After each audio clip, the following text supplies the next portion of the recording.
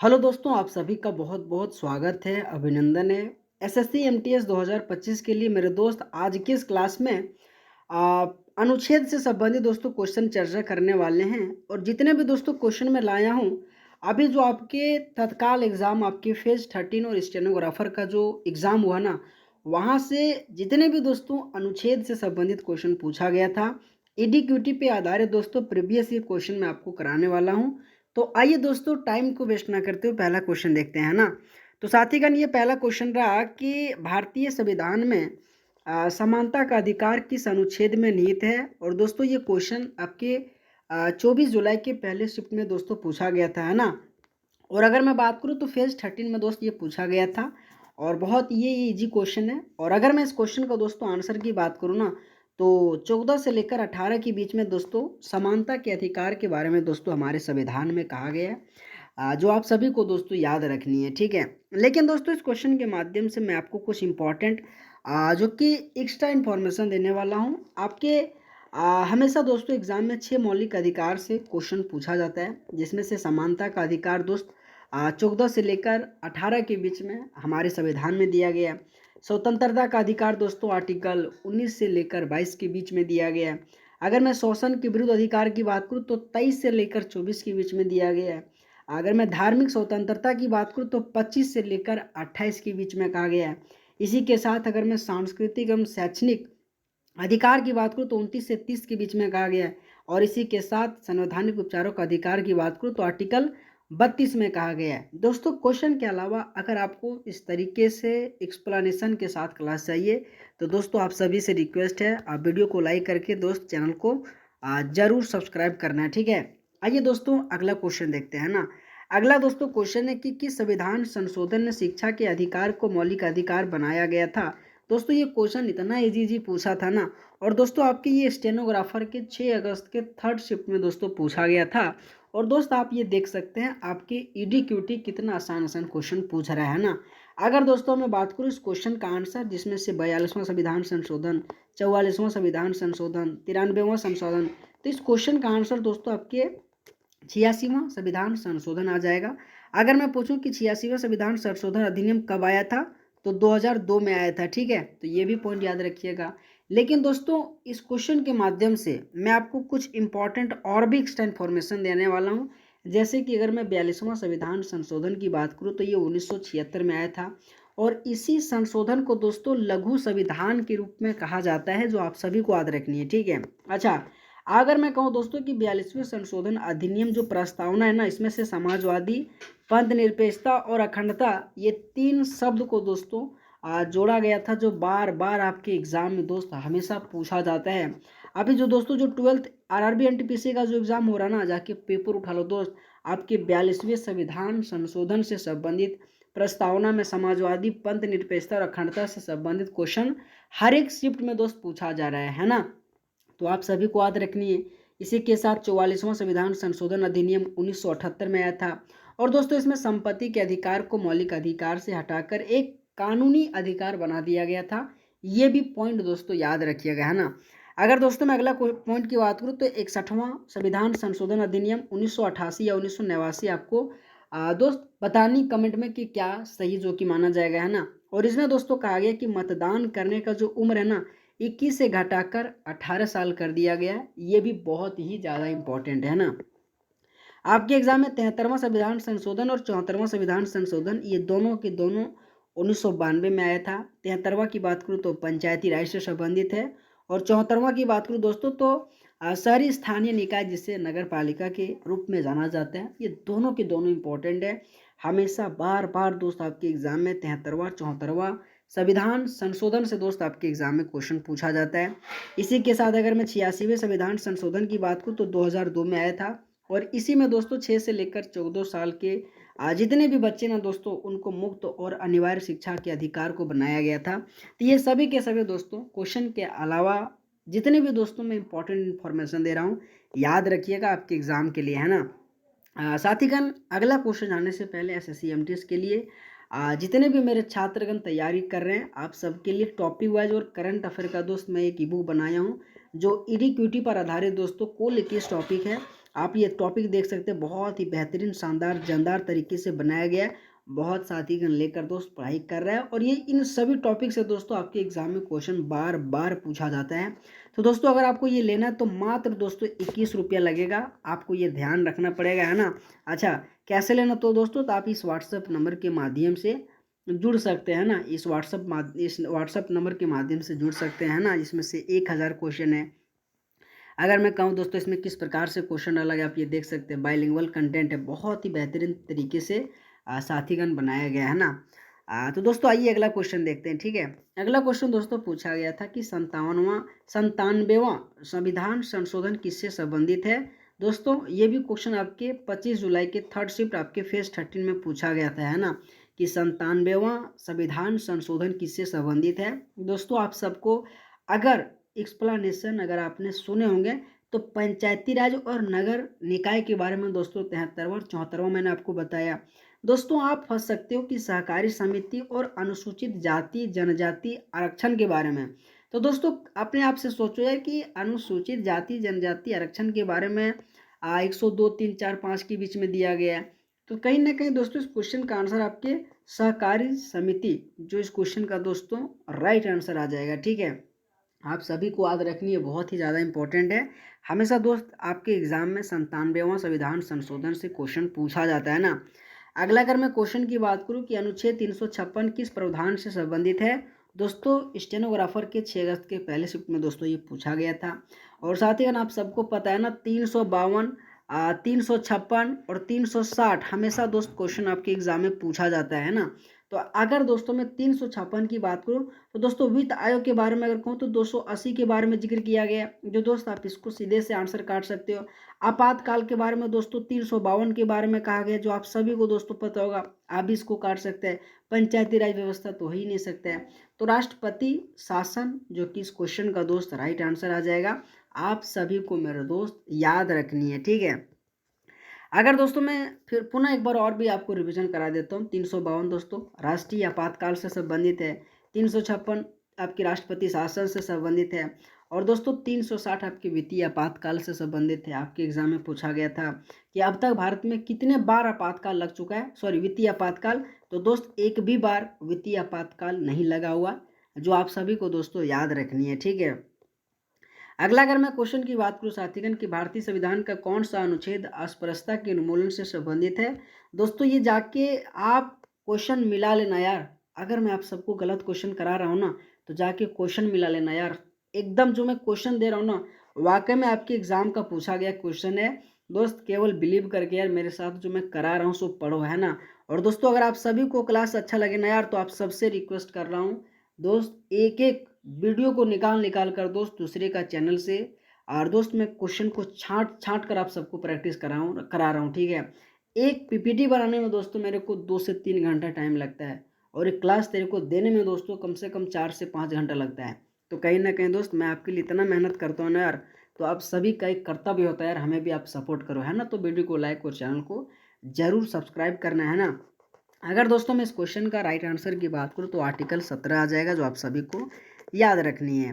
दोस्तों हमेशा आपके एग्जाम में आर्टिकल 14 विधि के समक्ष समानता एवं समान संरक्षण, आर्टिकल 16 लोक नियोजन में समानता, आर्टिकल 18 में दोस्तों उपाधियों के अंत के बारे में कहा गया, जो आप सभी को याद रखनी है। लेकिन कुछ इंपॉर्टेंट आर्टिकल जैसे कि आर्टिकल 20 में दोस्तों अपराध के लिए दोष सिद्धि से संबंध संरक्षण के बारे में कहा गया।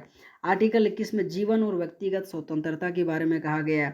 ये दोनों के दोनों दोस्तों बहुत ही ज़्यादा इंपॉर्टेंट है। ये जितना भी दोस्तों इस पीपीटी के माध्यम से लाया हो ना, आप लिख के ले लो दोस्त, अगर आपके एसएससी एमटीएस में क्वेश्चन नहीं पूछा जाएगा तो बहुत ही इंपॉर्टेंट है। अगर मैं अनुच्छेद 22 की बात करूँ दोस्त तो गिरफ्तार और निरोध से संबंधित है, बहुत ही ज़्यादा इंपॉर्टेंट है, हमेशा आर्टिकल 22 पूछा जाता है, ठीक है। आर्टिकल 23 दोस्तों बहुत इंपॉर्टेंट है, मानव के दुर्व्यापार एवं बलात्कार के बारे में कहा गया है। आर्टिकल 24 में दोस्तों जितने भी 14 साल से कम उम्र के बच्चे उसको कारखाने आदि से हटाना है, प्रतिषेध के बारे में कहा गया है। 29 में जितने भी अल्पसंख्यकों के हितों को जो कि संरक्षण करने के बारे में कहा गया है। आर्टिकल 30 में कहा गया दोस्तों आप किसी भी स्थान पर शैक्षणिक संस्थान खोल सकते हैं और उसको चला सकते हैं, है ना। तो ये सभी के सभी दोस्त पॉइंट याद रखिएगा।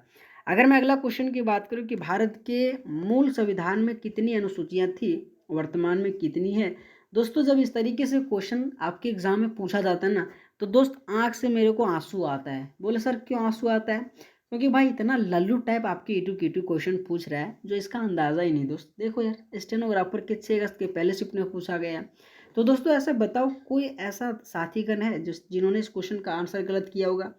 बोले नहीं सर, आपके एग्जाम के लिए बहुत ही इंपॉर्टेंट है यार। अगर मैं कहूँ दोस्तों, आप पहले कितनी थी, वर्तमान में कितनी है, तो दोस्तों आपके वर्तमान में 12 है, पहले कितनी थी तो 8 है। और मैं हमेशा कहता हूँ दोस्त, इंपॉर्टेंट अनुसूची हमेशा पूछा जाता है। तो दोस्तों आइए कुछ इंपॉर्टेंट अनुसूची में रिवीजन कराने वाला हूँ जो मोस्ट रिपीटेड है और आपके एग्जाम में पूछा जाता है। जैसे कि चौथी अनुसूची हमेशा पूछा जाता है कि विभिन्न राज्य और केंद्र शासित प्रदेश की राज्यसभा में जो सीटों का जो आवंटन होता है ना, ये कौन से अनुसूची में कहा गया है?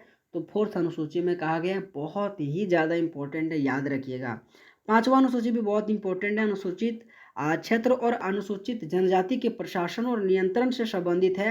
ये भी बहुत इंपॉर्टेंट है दोस्त, आप सभी को याद रखनी है। छठी अनुसूची असम, मेघालय, त्रिपुरा, मिजोरम इन राज्यों के आदिवासी क्षेत्रों के प्रशासन से संबंधित प्रावधान के बारे में कहती है। अगर मैं सातवीं अनुसूची की बात करूं तो केंद्र और राज्य के बीच शक्तियों के बंटवारे से संबंधित है, जिसमें से संघ सूची, राज्य सूची, समवर्ती सूची शामिल है। ये दोस्तों चौथी, पांचवी, छठी और सातवीं, ये दोस्त 4 इंपॉर्टेंट अनुसूची याद रखिएगा। दोस्तों 10वां आपको पता होगा दल बदल से संबंधित है। 11वां दोस्तों आपको पता ही होगा आपकी पंचायत से संबंधित है। 12वां दोस्तों आपको पता ही होगा दोस्तों नगर पालिका से संबंधित है। तो कहीं ना कहीं दोस्त ये तो नॉर्मल है ही है, लेकिन ये 4 आपके एग्जाम में ज़्यादा इंपॉर्टेंट है। तो आप सब दोस्तों से रिक्वेस्ट है, याद करके जरूर जाइएगा, है ना। अगला अगर मैं क्वेश्चन की बात करूं साथियों कि भारतीय संविधान की अनुच्छेद 14 किससे संबंधित है? दोस्त आप ये देखते जाओ कि कौन से शिफ्ट में किस तारीख को कौन से एग्जाम में किस तरीके से क्वेश्चन पूछा जा रहा है। दोस्त ये क्वेश्चन मैं अपने घर से नहीं बनाया हूँ, आपके एग्जाम का पूछा गया क्वेश्चन है ना। ये 24 जुलाई के सेकेंड शिफ्ट का दोस्तों फेज 13 में पूछा गया था। और दोस्तों बताओ यार, आपके आर्टिकल 14 कितना इंपॉर्टेंट है और कितना आसान भी है। मैंने आपको 20 बार से कम नहीं पढ़ाया होंगे। अगर दोस्तों आपने हमारा क्लास देखते होंगे ना, तो मैंने 20 बार से कम नहीं पढ़ाए होंगे दोस्तों। स्वतंत्रता के अधिकार दोस्तों मैंने हमेशा कहता हूँ आर्टिकल 19 से लेकर 22 के बीच में कहा गया है। विधि के समक्ष समानतम समान संरक्षण के बारे में दोस्तों आर्टिकल 14 में कहा गया, जो आप सभी साथीगण से रिक्वेस्ट करता हूँ पुनः आपको नहीं भी आता है लेकिन याद करके जरूर रखना, आपके एग्जाम के लिए बहुत ही ज़्यादा इंपॉर्टेंट है ना। शोषण के विरुद्ध अधिकार आर्टिकल 23 में कहा गया। संवैधानिक उपचारों के अधिकार आर्टिकल 32 में कहा गया। तो ये सब दोस्त बहुत इजी क्वेश्चन है ना। अगला अगर मैं क्वेश्चन की बात करूं कि भारत में संघ और राज्यों के बीच शक्तियों का जो विभाजन है ना, सो कौन से अनुसूची में किया गया है? दोस्तों मैंने आपको कहा था ना कि आपके एग्जाम में चौथा, पांचवा, छठा, सातवां, ये दोस्तों 4, 5, 6, 7, 8 जो अनुसूची है ना, सबसे ज़्यादा पूछे जाने में से एक है। जिसमें से दोस्तों आप सभी को मैं से अभी तुरंत 1-2 क्वेश्चन पहले केंद्र और उनके संघ के बीच दोस्तों शक्तियों की विभाजन के बारे में दोस्तों मैंने बताया था, जिसमें से समवर्ती सूची, राज्य सूची, आपकी संघ सूची। दोस्तों अगर आपने ध्यान से सुने होंगे तो इस क्वेश्चन का राइट आंसर आपने दिया होगा, मुझे पूरा का पूरा दोस्त उम्मीद है ना। अगला अगर मैं क्वेश्चन की बात करूं कि भारतीय संविधान के अनुच्छेद 89 किससे संबंधित है? दोस्तों आप सभी एकक छात्र से मैं रिक्वेस्ट करता हूं, अगर दोस्तों आप एसएससी एमटीएस की तैयारी करने के लिए जा रहे हैं और कर भी रहे हैं और आपको एग्जाम देने जाना है, तो दोस्त क्वेश्चन नंबर 89 का क्या आंसर आ जाएगा? आपने दिल पे हाथ रखकर दोस्तों आंसर दो, तब मैं आपको जानूं एज अ रियल स्टूडेंट, आप एस्पेरेंट हो एसएससी एमटीएस के लिए, तब मैं आपको जानूं दोस्त। क्योंकि आप नॉर्मल तो हर कोई दोस्त दे रहा है, कंपटीशन तो यहाँ पे दोस्त आर्टिकल 89 में आपसे दोस्तों मैं चाहता हूँ आंसर दो दोस्त। क्योंकि कमेंट बॉक्स में जो इंसान दोगे ना यार, मैं अगले क्लास में दोस्त उस व्यक्ति का नाम पीपीटी में दूंगा और उनको दोस्त एक शाबाशी के रूप में दूंगा, है ना। तो आप सबसे रिक्वेस्ट है कमेंट बॉक्स में ज़रूर दीजिएगा इसमें से कौन सा ऑप्शन है जो इस क्वेश्चन का राइट आंसर आ जाएगा, है ना। देखो दोस्त सबसे पहले आपके लोकसभा के अध्यक्ष और उपाध्यक्ष के बारे में जो कि कहा गया है। दोस्तों आपने आपको दिमाग लगाया हुआ ये क्वेश्चन आ सकता है? बोले सर मेरे को तो थोड़ा सा डाउट लग रहा है, क्योंकि सर लोकसभा के बारे में दोस्तों तो हम तो नहीं सुने सर 89 के बारे में। सर लोकसभा के बारे में आर्टिकल 81 में जिक्र किया गया था, है ना। लेकिन दोस्तों जो 89 आ गया ना, वहाँ पे राज्यसभा के सभापति और उपसभापति के बारे में कहा गया है। ये दोस्तों आप सभी को याद रखनी है। क्वेश्चन नंबर 9 का ऑप्शन नंबर बी जो कि करेक्ट आ जाएगा दोस्त, आप सभी को याद रखनी है।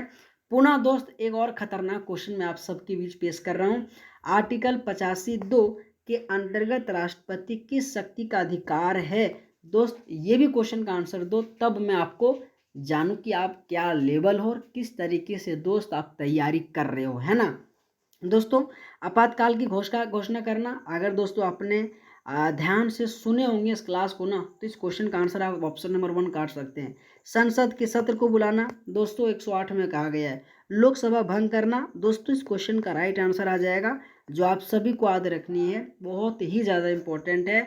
देखो संसद क्यों भंग किया जाता है, मान लो जैसे कि अभी बीजेपी है, अभी बीजेपी हमारी सरकार में है, तो बीजेपी दोस्तों गठबंधन में है, जिसमें से आपके जेडीयू है, जैसे कि जेडीयू है, और इसी के साथ दोस्तों आपके और भी जो आंध्र प्रदेश का क्या नाम है जो मुख्यमंत्री अभी है ना, वो दोनों मिलके, तो उसमें से मान लो कोई एक पार्टी हट गया, तो क्या हो गया, बीजेपी के पास सीट कम हो गया। तो बीजेपी के जो भी प्रधानमंत्री हमारे माननीय मोदी जी है ना, ठीक है, तो मोदी जी से राष्ट्रपति मिलेंगे और मिलने के बाद दोस्तों लोकसभा को भंग कर देगा। क्यों भंग कर देगा? क्योंकि दोस्त इसके पास सीट नहीं रहा। इसीलिए दोस्तों आर्टिकल 85(2) के अंतर्गत राष्ट्रपति प्रधानमंत्री की सलाह पर लोकसभा को भंग करेगा, जो हमारे संविधान के आर्टिकल 82 में कहा गया है, जो आप सभी को दोस्तों याद रखना है। ठीक है, आप सबको दोस्तों क्लास अच्छा लग रहा है कि नहीं लग रहा है? अगर दोस्तों आप सबको क्लास अच्छा लग रहा है ना, तो आप सभी से रिक्वेस्ट है यार, आप वीडियो को लाइक जरूर करना। ठीक है, अगला क्वेश्चन अनुच्छेद 29 किससे संबंधित है? दोस्तों अभी जस्ट मैं तुरंत इसके बारे में कहा हूँ। ठीक है, स्वतंत्रता का अधिकार, संपत्ति के अधिकार, सांस्कृतिक और शैक्षणिक अधिकार। दोस्त इस क्वेश्चन का राइट आंसर आ जाएगा, आप सभी को दोस्तों याद रखनी है। ठीक है, अगला अगर मैं क्वेश्चन की बात करूँ कि अनुच्छेद 80 के अनुसार राष्ट्रपति राज्यसभा में कितने सदस्यों को नामित कर सकता है? दोस्तों आप सबसे एक बात और पूछूं, राष्ट्रपति राज्यसभा के कितने सदस्यों को मनोनीत करता है? आप सबको तो ये पता होगा कि 12 सदस्यों को मनोनीत करता है, लेकिन ये जो प्रक्रिया है ना, कौन से देश के संविधान से लाया गया था? आप सभी से मैं रिक्वेस्ट करता हूँ याद रखना। ठीक है, आयरलैंड के संविधान से लाया गया था, जो बार बार क्वेश्चन पूछा जाता है। ठीक है, कि राष्ट्रपति राज्यसभा में कितने सदस्यों को नामित करता है? तो 12 सदस्यों को। लेकिन जो ये प्रक्रिया है ना, कौन से देश के संविधान से लाया गया था? तो आयरलैंड के संविधान से लाया गया था ना। अगला क्वेश्चन है कि अनुच्छेद 50 किस विषय से संबंधित है? दोस्तों न्यायपालिका कार्यपालिका का जो पृथक्करण होता है ना, उसी से संबंधित आर्टिकल 50 है। समान नागरिक संहिता आर्टिकल 44 के बारे में कहा गया है, जो आप सभी को याद रखनी है। राष्ट्रपति शासन के बारे में दोस्तों मैंने अभी जस्ट आपको कहा ना, अगर आपने ध्यान से सुने होंगे तो इस क्वेश्चन का राइट आंसर देंगे। ठीक है, अगला अगर मैं क्वेश्चन की बात करूं कि भारतीय संविधान की 8वीं अनुसूची किससे संबंधित है? दोस्तों अगर आपने अनुसूची के बारे में पढ़ा होगा, देखो दोस्तों राज्य और केंद्र शासित प्रदेश के बारे में 7वीं अनुसूची में, अगर मैं नागरिकता के बारे में कहूँ दोस्तों तो भाग 2 में आर्टिकल 5 से 11 में, मौलिक अधिकार भाग 3 में आपके दोस्तों आर्टिकल 12 से लेकर 35 के बीच में। लेकिन जो दोस्तों भाषा से संबंधित हमारे अनुसूची 8वां में जिक्र किया गया, जो आप सबको दोस्तों याद रखनी है। ठीक है, अगला अगर मैं क्वेश्चन की बात करूं कि भारत की 10वीं अनुसूची किससे संबंधित है? तो दोस्तों दल बदल से संबंधित है, और इसी के कारण से दोस्तों आपके 1985 में 52वां संशोधन अधिनियम को लाया गया था, जो बहुत ही ज़्यादा इंपॉर्टेंट है, आप सभी को दोस्तों याद रखनी है। अगला क्वेश्चन है कि संविधान का कौन सा अनुच्छेद संविधान संशोधन की प्रक्रिया से संबंधित है? दोस्तों 368 आ जाएगा। और संविधान संशोधन की प्रक्रिया कहाँ से लाया गया था? दोस्तों आप एक एक छात्र से मैं रिक्वेस्ट करता हूँ याद रखिएगा, साउथ अफ्रीका, दक्षिणी अफ्रीका से दोस्तों 368 के तहत संविधान संशोधन करने की प्रक्रिया लाया गया था, जो आप सभी को दोस्तों याद रखनी है। ठीक है, अगला क्वेश्चन है कि वित्त आयोग के अनुच्छेद जो कौन से अंतर्गत आया है? तो दोस्तों वित्त आयोग 280 के तहत जाना जाता है। ये सभी के सभी दोस्त आपके एग्जाम के लिए इम्पोर्टेंट है, और आप सबको दोस्तों आंसर बताना कि आपने 20 में से कितना क्वेश्चन सही किया है ना। अनुसूचित जाति और अनुसूचित जनजाति के लिए विशेष प्रावधान किस अनुच्छेद में है? दोस्तों आप सबको आंसर बताना, इसमें से कौन सा आंसर सही आ जाएगा।